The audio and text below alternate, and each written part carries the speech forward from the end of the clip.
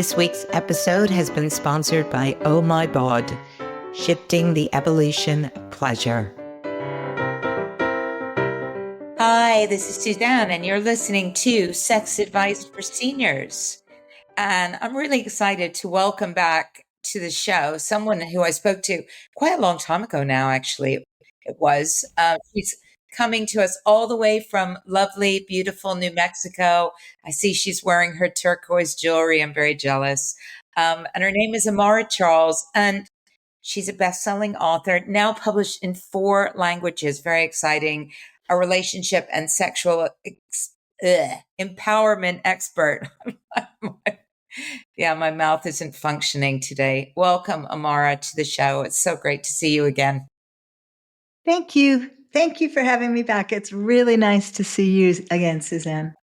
Yeah, so I know that you just said that your book on Kodoshka has just been published in Italian, which is very exciting. I don't remember talking to you about what Quodoushka actually is. So I'd really be grateful to understand, what is it exactly? All right. Well, Kodoshka is one of the foundational things that I share with people. And the word Kodoshka itself means 2 separate energies, any 2 energies coming together that create more than the sum of the 2 parts. So it's about infusing ourselves, each of those individual parts, and so that when they come together, it creates what I call the magical more. And so it derives from Mesoamerican and indigenous traditions and practices, somatic practices that are very connected with nature. They bring us back to the source of our water, earth, fire, and wind. And so brings those elements into this combustion that brings us closer together. So not to compare it to Tantra, but in Tantra, obviously, there's different sexual practices, different kind of exercises that singles and couples can use together. Is that the same? Is the same true of Kodoshka? Yes, it's very, very experientially centered. What I do and what I love and what produces the most healing and transformation is, of course, one of the foundational principles of Kodoshka, which is that the physical is it, meaning when you get it in your body, you really get it. It's not just a concept. It's not just an idea. And so the basic premise is very similar, which is that our health, our orgasms are for our health, that they were given to us as a gift to receive pleasure and gain knowledge of who we really are. And in that sense, human beings are very different than animals because animals just use sex to procreate. However, humans, while procreation is a beautiful part of sex, it's also like sex is for pleasure. And we were designed to pleasure. We're wired for pleasure. And the question is, what I'm really about is, okay, if that's a natural sexuality is a natural gift. It's part of who we are. We all know that we like it. We enjoy it, but we also get into a lot of trouble. So how do we use it wisely? How do we, use what I call wise pleasure? And so over the years, what I've discovered is really that there are 3 essential pillars to really having ageless sexuality. And so, if you're open to that, I would love to, share some stuff about that. Yeah, I'd love to hear more about that. Okay. Well, okay, then I'm going to just dive right in, if I may. So the first pillar, okay, that really allows us to bring our connections to a much deeper level, a much more fulfilling place, is what I call the first pillar is our embodied presence. Okay. And so when we have an embodied presence, it awakens our natural confidence and our natural ease. Okay. And so these are particular body practices, what I call somatic wisdom practices, which show us essentially how to unwire the past stuff that maybe didn't work very well, or that, that we don't want to bring into our present time. We want to really release those old patterns. And most importantly, to liberate the sexual energy that is, I don't care how old we are, it's there, right? And so I'd love to share a story. I knew we were going to talk today, and so I just did a Kodoshka workshop, right? And so I'll give you more of an idea of what we do there. So make a long story short, there's the people of all ages. So there's this really, for a client of mine I've had for over 20 years. She is 75 years old.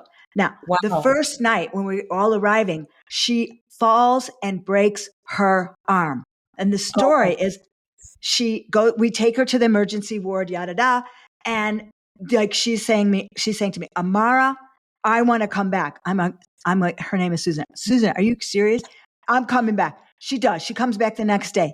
We do this pairing in the workshop, and she gets paired. It was so stunning. She gets paired with this gentleman who's 33. Oh my God. And he looks like an NFL linebacker. I mean, he is like a Hulk. I'm serious. I mean, he's just so gorgeous and like beautiful on every level. And I met him on Instagram. I didn't know this gentleman at all, right? Oh. And so he gets paired. Okay, so the exercise that we're doing together, I'm going to give you an example of what I mean by somatic sexual wisdom, and the body is it. So really, in a nutshell, the first phase of the exercise is a very pattern relaxing of the parasympathetic and the sympathetic nervous system, so that the muscles and the body is very receptive. And it goes on for like more than a half an hour. And one person is giving and one person is just completely receiving. There's no reciprocation for hours, right? And so my friend Susan, she is just receiving this, right?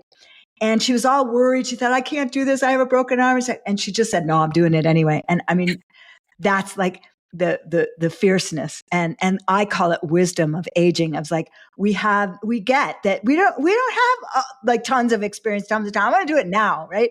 So and then the second part of this experience, this exercise, is what I call a free form. Okay. So now that the body is just relaxed and open through these very specific types of touch, and also very specific intention to remove what is called body imprint removal. This is something from Kodoshka, that we remove the pain tapes, we remove the energies of the past, and we do that with our intention. So now that the body's relaxed, it's open, and it's a little bit free of the past, now what do? You pour in pleasure. So the second part is free form pleasure. And it's the most important thing is that it's all over the body. It's not genitally focused. You don't like hone into one place.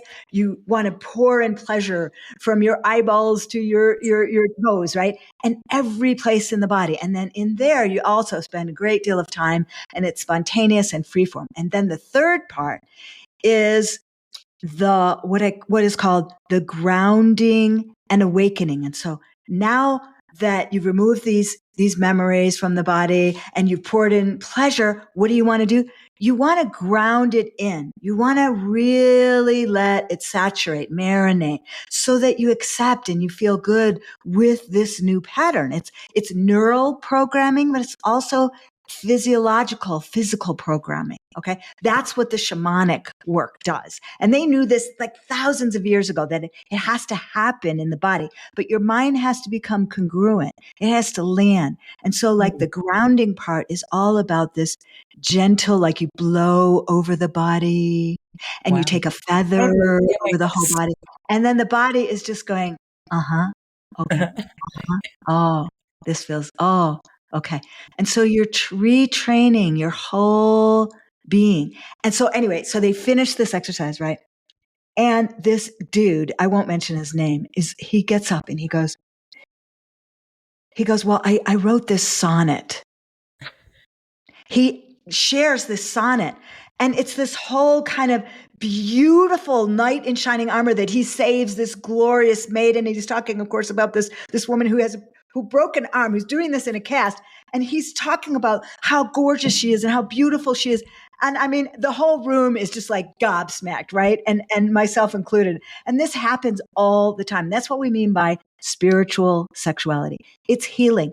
And it doesn't matter how old you Yeah. are at all. Yeah. Pleasure is absolutely timeless, because we know this. Like when we're in the middle of an orgasm, it feels like if we're open and receptive, it feels just as amazing as it did when we were like 13 or 20 or 40, whatever. So that is what gets restored. Okay, so that was just the first pillar. If we have time, I'll go and I'll keep going. But Wow, that any sounds question? amazing. So I was reading a bit about this, the teachings of Kodoshka, and one of the things it says was about genital anatomy types. What is that exactly? Okay, well, just very, very briefly, because that's hard to give, in a encapsulated nutshell. But one of the favorite things when people come from, because I do surveys, and one of their favorite things is the genital, having your genital anatomy type identified. And of course, you can see this in my book, and it's Yeah. also something I do in my other retreats as well, because once you get to know that you are either a sheep woman, a wolf woman, or a horseman, or a bearman. So there's 8 different types. All right. And actually 9, there's a wheel, there's one in the center. And essentially what this means is that both physiologically, in terms of your physiological anatomy, where the pleasure centers are located, in a nutshell, if those pleasure zones, what am I talking about? For a woman, for example, the head of her clitoris, which is called the head of the cobra, right? And her G spot, which is called in Kodoshka, the fire trigger. If those are located really far apart, well, then of course it's going to affect how long it takes you to reach orgasm. But there's other factors as well in the different types. Some women are very wet. Some women run hot and dry like fire. And so when Yeah. you know your physical anatomy, some women take 3 minutes or less to reach orgasm. Some women typically take maybe 45 minutes. And some of it has to do with the anatomy. Okay. Yeah. And Yeah. that's one of the reasons why it gives you a starting point. It is never meant to be like, okay, you're contained and this is what you are and you're stuck there and it's a limitation. It's a starting place. And you go like, oh, if I can embrace myself like who I am naturally, and I can love the fact, like, for example, I'm a wolf woman, right? Yeah. Wolf women, they howl in lovemaking. All women can utilize sound, but for wolf women, the making and the letting go and releasing of sound like amplifies her orgasticness to the nth degree. Yeah. And so there are different qualities, different demeanors. Like a sheep woman is very genteel. A horseman is whisper in his ear, he'll take you anywhere. He's very powerful and also very sensitive. So you use these identifications to get to know each other and to help each other's pleasure. Yeah, and I like the fact, I mean, I like that they're sort of archetypes in a way, and but also that rather than saying, well, this is something that you have to overcome, like the fact that it might take you ages to have an orgasm, you embrace it and say, this is who I am. This is, and how can I Yes. step, and how can I step into this place of pleasure, knowing Yes. that we're going That's to, the number one key is acceptance, know, right? yeah, And loving it. Like yeah, a woman like that is called a dancing woman. Okay. And in addition to that kind of the separation of her erogenous zones being far apart, and her G spot is also way, way back. Whereas in yeah, other types, it's right to so the minute she's just even breathed on, she feels it. Okay. So the, I have known dancing women, okay, because I've been doing this for over 30 years, okay? yeah, And I teach all kinds of workshops where we utilize this, okay? So once we know this, okay, and we really accept it again in our body, yeah, first pillar, embodied presence, we just allow it. Then we get curious and we go, oh, okay. And then you start moving your body differently. And it's not something to fight against, it's something to learn and get resourceful and creative so that, of course, so that we can enjoy pleasure. Okay.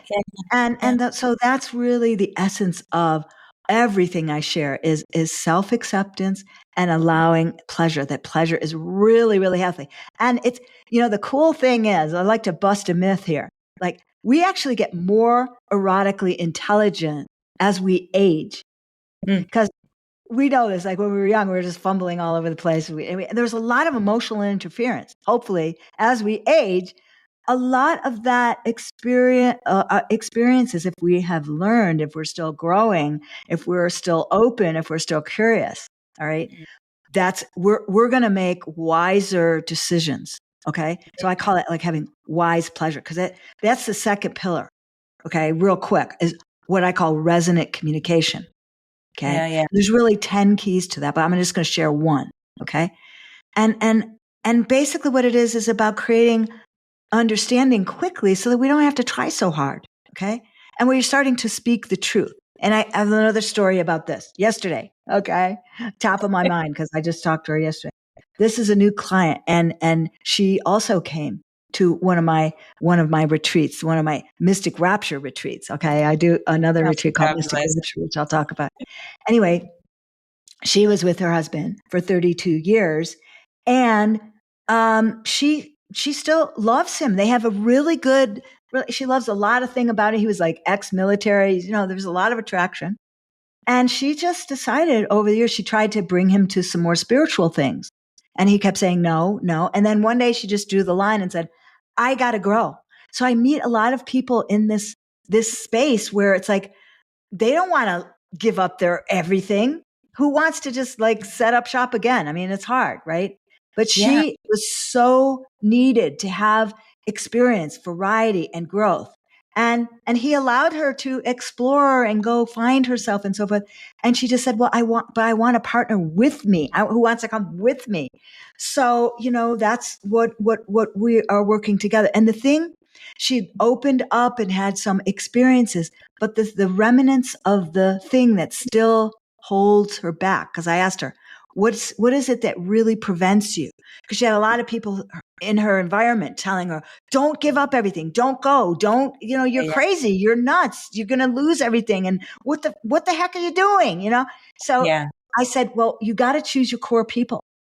You got to choose very carefully the people that you are listening to. That's number one. The second thing is, she said there was still this voice, a thing that was preventing her.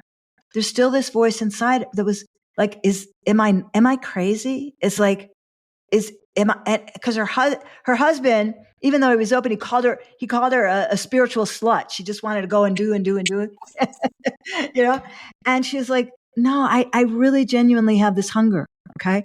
And so, I mean, there comes a point in our evolution for some of us where we want to have resonant communication. In other words, we want to speak the truth to ourselves. We want to speak the unspeakable. Okay. And so she's in the middle of a journey of discovering, okay, how can I have my openness, my freedom, and also have the security and the spiritual growth that I desire, and also those sexual experiences. And what I say is, like, without big risk, there is, little gain. So there are times in life where that desire for growth, adventure, experience, it is really, really potent. And so my goal, my intent is to be able to do that wisely. That's why I call it wise pleasure, because you don't want to just be reckless. No. And I wonder, in her circumstance, whether perhaps in exploring sacred sexuality herself and doing that work herself, whether she can gently bring that into the relationship with her partner, and her partner will gradually open up to the idea that, hey, this is actually quite a lot of fun. This is actually taking our sex life into a different and deeper place. And so maybe in doing that work, sometimes I think men get dragged into these things, right? In relationships where the woman's like, I really want to do something to spice things up, and the men are like, it's all working okay, let's just keep it as it is, right? And I wonder, when a woman does do this, whether it actually can help deepen that connection with her partner. Suzanne, absolutely. Oh my gosh. And the good news is she's doing just that. And the biggest principle that I'm guiding her with is like, hey, be gentle. Right? Yeah. Don't dunk all this stuff on top. I mean, think about it. You've been out having all this fun while he's like twiddling his thumbs, wondering what on earth you're up to. Like, have a little compassion here, and just come in gently, right? And this is where, I want to make sure, I mention, we have time to mention, I do, I'm offering for your listeners a free breakthrough session, which I'll talk about. All right. To talk about some of the breakthroughs that can happen when you start understanding more what is happening. But yeah, absolutely. That's the whole point of adventure. We don't want to end up alone and reckless. We Yeah. actually want to create a really beautiful, sustainable union. I Yeah. mean, that's Yeah. what I have. I mean, I like adventure. I like variety and I love freedom. I also love the comfy, cozy, Yeah. reliable interdependence that it takes to create a future together. Yeah, absolutely. And I appreciate that, for a lot of older people that are in long term relationships, leaving that relationship because things have gotten stale in your sexual life can be incredibly difficult, when everything else is working out okay. So, it Right. seems to me that when one person decides, okay, you know what, I'm going to do something about this, even if you want to sit and watch football on the television set, I'm just going Right. to go out and do this. As long as the other person is comfortable with that and recognizes the benefit that it can bring to their relationship, that's great. I suspect sometimes people feel Absolutely. quite threatened by that. And I think her husband was actually quite a generous guy to say, you Oh know my what, gosh, yes. He's very, you very brave. know, Well, I told her, I said, well, when you go through the Marines, that's a spiritual endeavor in my book, right? Because it's quite a beautiful yeah, endeavor. So he does have the intelligence. And by the way, I'll also say that took her 5 years to decide that. She didn't just like pick up one day and said, well, I'm going to go do blah, blah, blah. I mean, she'd be really finding her options and so forth. So this is not a cavalier choice, no, right? It can be done, um, well, it's respectfully, and yeah, so you get the idea. Yeah. yeah, but So, it's difficult. It's difficult. It can be risky in a relationship to suggest those that one of you goes off and explores and the other one sits at home, right? Because yeah. people can get very threatened about that. I mean, you mentioned your breakthrough call, and I wondered, what does that look like?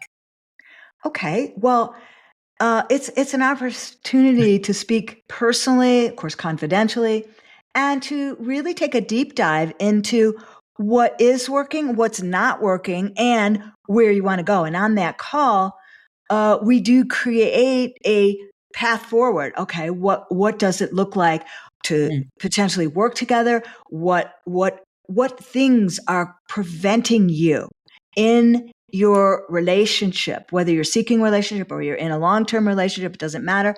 And you get to really find out, that take a good, honest look mm, and into what you really want. I yeah, mean, that's really the most important thing. And sometimes we don't know what we want. And it's good to have a mirror reflection to help you get clear on what matters most to you. And if there mm, are things that are not working in a relationship, okay, let's take a good, clear, solid look at it and find out, all right, then, well, what can we do about this? I'm a very practical yeah, yeah, person.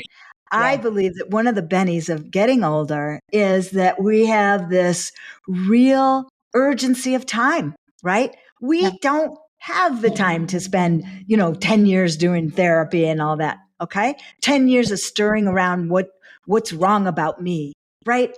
I like to say, and on that call, like I like to delve into, okay, yeah, there's some things that are missing. There's some things that aren't working. Yes, that's why we're here, why we're having this conversation.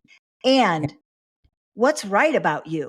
what forces are we going to pull out? What version of you is the one that's going to stand up to the plate and turn this around so that you can have pleasure, so that you can have a great life?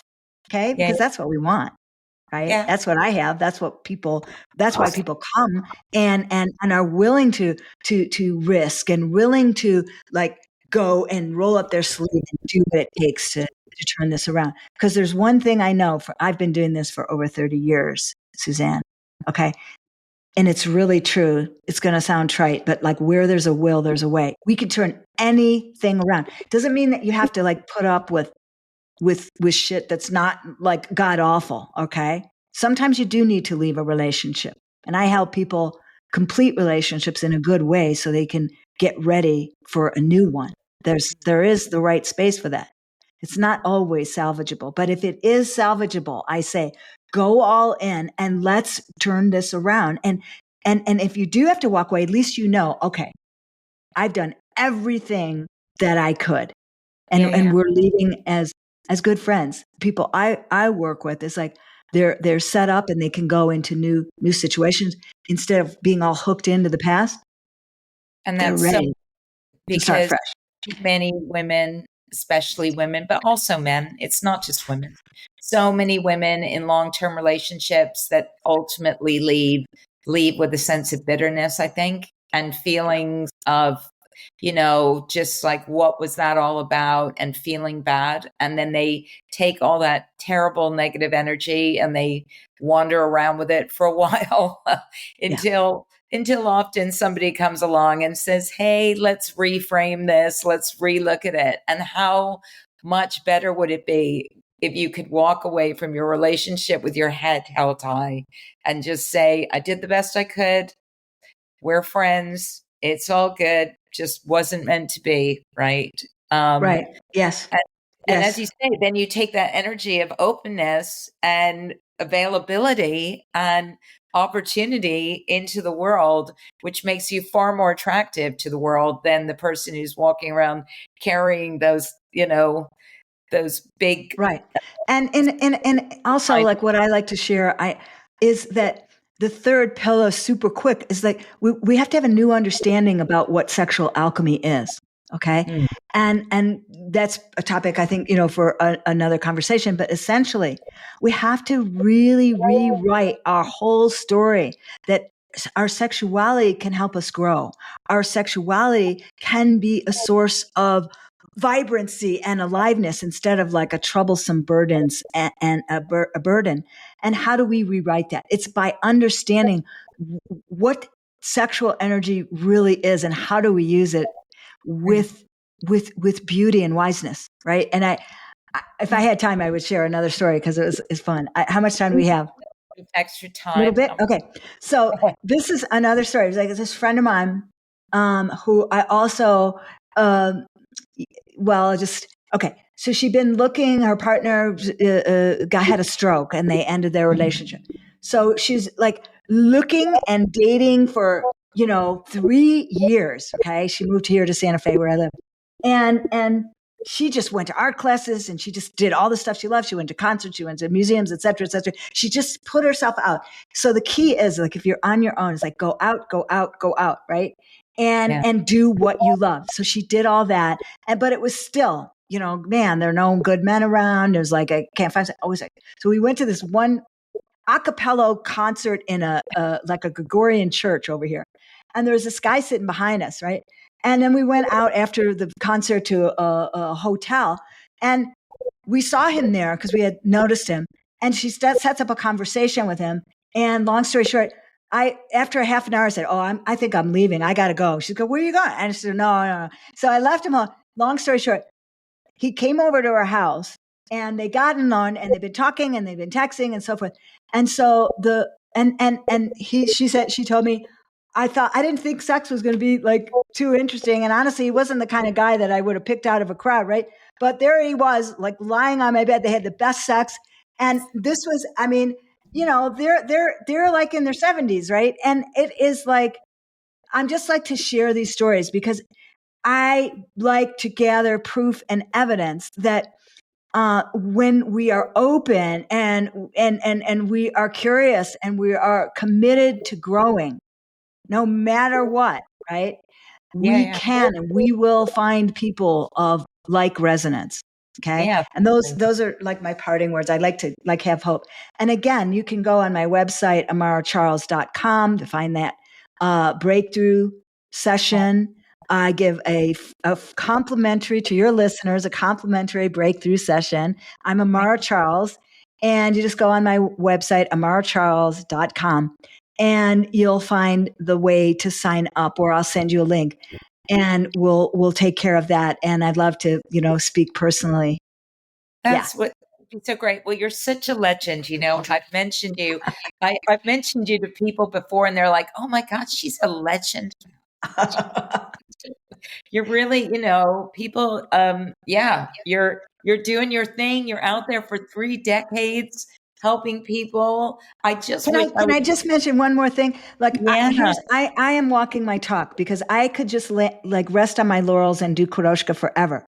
But I'm interested in, I'm doing a retreat in Costa Rica in May. It's called Mystic Rapture. It's a couples retreat. And there's so much more that I want to give that's beyond Kodoshka, because I want to show couples, whatever age, how to really luxuriate and slow down and savor the pleasure, and how to have these experiences of somatic sexual wisdom and take it into this luxurious, soothing, healing, lovemaking in paradise. That's what Mystic that Rapture, sounds Costa Rica absolutely brilliant. 2025 is all about. Mystic Raptor, Costa Rica, 2025, May. Oh, I'm in Spain at the moment though, so I can't complain because I'm in Spain right now, so it's nice. Wow, cool. I'm in, Where in in the Gran Spain? In Madrid? Canaries. I'm in the Grand Canaries. No, I live in the Grand Canaries for the winter. So it's Good very, for very you. lovely here. I've never been to Costa Rica though, and it's very tempting. Very tempting. Yes.